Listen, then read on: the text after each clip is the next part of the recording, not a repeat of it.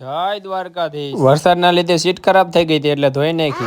સડા ઘીરે પહેરવાની વસ્તુ છે સાહેબ। क्या बात है सर, क्या बात है सर। નીકળી ગયો તો જુનાગઢ જવા માટે। મારા કરતા મારી ગાડી વધારે ખાવા માંડી। વાતાવરણ ઠંડુ થઈ ગયું હતું એકદમ। રસ્તામાંથી જુનાગઢ બાજુ ફૂલ વરસાદ હોય એવું લાગતું। જુનાગઢમાં વરસાદ જ નહોતો। પવન 180 ની સ્પીડે લાગતો હતો। જુનાગઢ સિટી અંદર જતા ખાડા એવા હતા, ગાડીઓ હલવાઈ ગઈ। ગિરનાર ને તો વાદળ અડીને જતા। આ વાતમાં હું સર્વિસ રોડ ની બદલીમાં હાઈવે ઉપર ચડી ગયો। આગળથી લઈ લીધો યુટર્ન। આગળ રસ્તો હાવ ખરાબ આવ્યો। દૂધવાળાની બેહવાની સ્ટાઇલ એમ છે બાકી। ત્યાંથી ચડી ગયા આડા રસ્તે, સીધા નીકળ્યા ભવનાથ રોડ ઉપર। ચોમાસામાં ભવનાથ નો નજારો તો કાંઈ નો ઘટે। ગિરનાર તો દેખાતોય નથી। ભવનાથમાં લઈ લીધી એન્ટ્રી। અહીંથી ગિરનાર નો નજારો જો ઉપર વાદળ અડીને જાય। નીકળી ગયો જટાશંકર જવા માટે। જટાશંકર પ્લાસ્ટિક ની વસ્તુ લઈ જવામાં મનાઈ હતી। માવા અને તમાકુ પણ નહીં। આજે રવિવાર હતો એટલે ભીડે છે વધારે। અંદર આવતા ચોખ્ખા પાણીના ખાડા દેખાય તમને। 700 થી 800 મીટર હાલવાનું રહીએ। તમે આવો છો ના ચોમાસામાં જટાશંકર? સવારમાં કરતા હતા વાંદરાની ફેમિલી હારે નાસ્તો। અહીંયા બિસ્કિટ માં ડખો થઈ ગયો। અહીંથી ગિરનાર દેખાતો તો આખો। મહિલા બીજા મિની બ્લોગમાં તાલાગન તમે લાઈક શેર સબસ્ક્રાઇબ કરતા જાઓ।